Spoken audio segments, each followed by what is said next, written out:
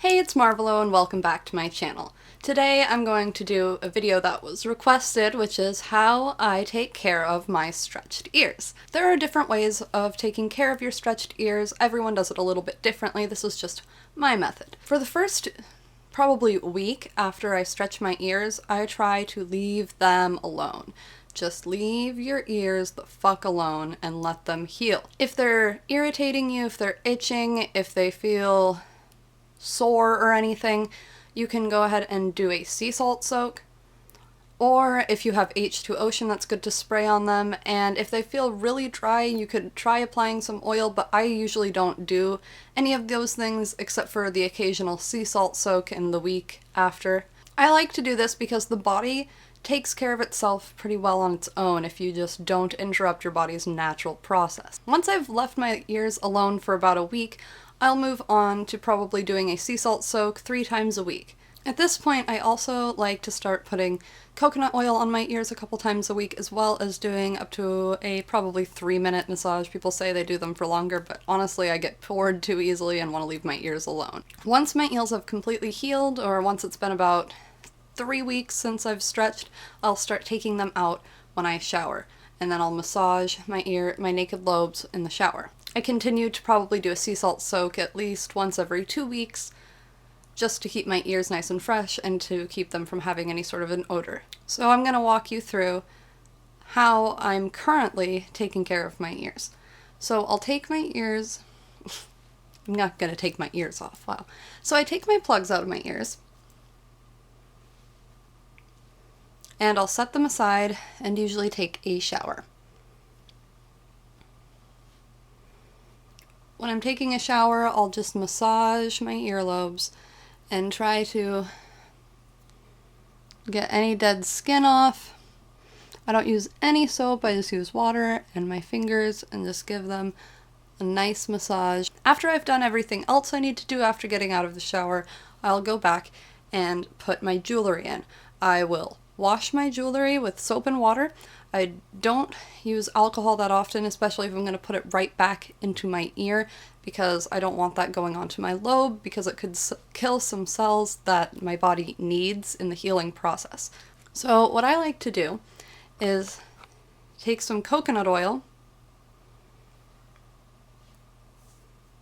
and just rub it between my fingers until it gets oiled up and nice and melted.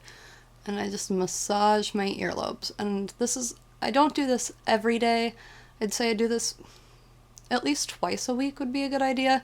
I probably do it more like once a week because I'm lazy and I forget. Other oils that I know people like to use are jojoba oil or vitamin E oil. I've heard avocado oil can be really good for the ears too. I just use coconut oil because that's what I always have in my house. Alright, and it's recommended to probably do a sea salt soak once a week. I don't do that. I probably do it once every other week, if that. I try to make sure I've done them at least once a month. I find that shot glasses are the best thing to do my sea salt soaks for just about any piercing. They are about I believe a 3-ounce glass. My local piercing shop always gives me a little bundle of non-iodized sea salt every time I get a piercing. And it recommends to mix either 1/4 teaspoon of sea salt with 8 ounces of water, or 4 teaspoons with a gallon of water. It says heat solution in a microwave until warm but not hot.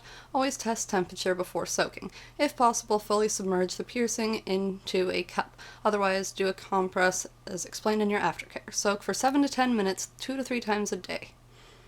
Yeah, I don't do that quite. I never use the microwave, I just use warm tap water. So I'm gonna go get some water so that I can dissolve the sea salt into it. Since it said an 8-ounce glass needs a 1/4 teaspoon of sea salt, I'll use a little less than half of that for my shot glass.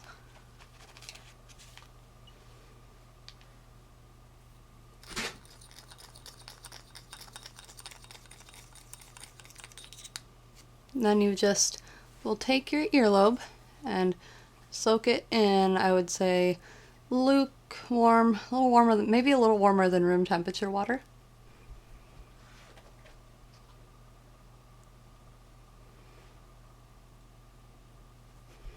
And I'm not going to do this for the full 3 minutes, obviously, but you want to do this for it said 7 to 10 minutes. I'd do it for maybe 3. But if your ears are burning and stinging after a stretch, this is a good way to help them calm down. I also would recommend that you switch your water out between ears and make sure that you're using clean water instead of just double dipping. I wouldn't recommend doing a sea salt soak too often because they can really dry out your ears, so afterward it's good to make sure you carefully just dry them off a little bit and moisturize them with the oil of your choice, some sort of a natural organic oil preferably. Just moisturize it, just lube it up, and that helps to make up for any of the moisture lost by the salt. After cleaning your jewelry, put them back in.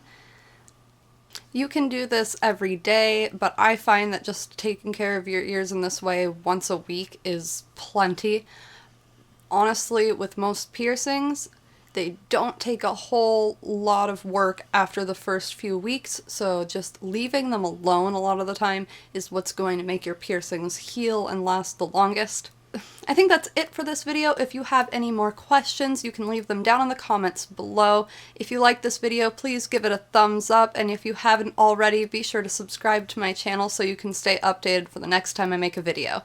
I'm going to be stretching up to 1/2 inch next week, I believe, so I'm really excited for that.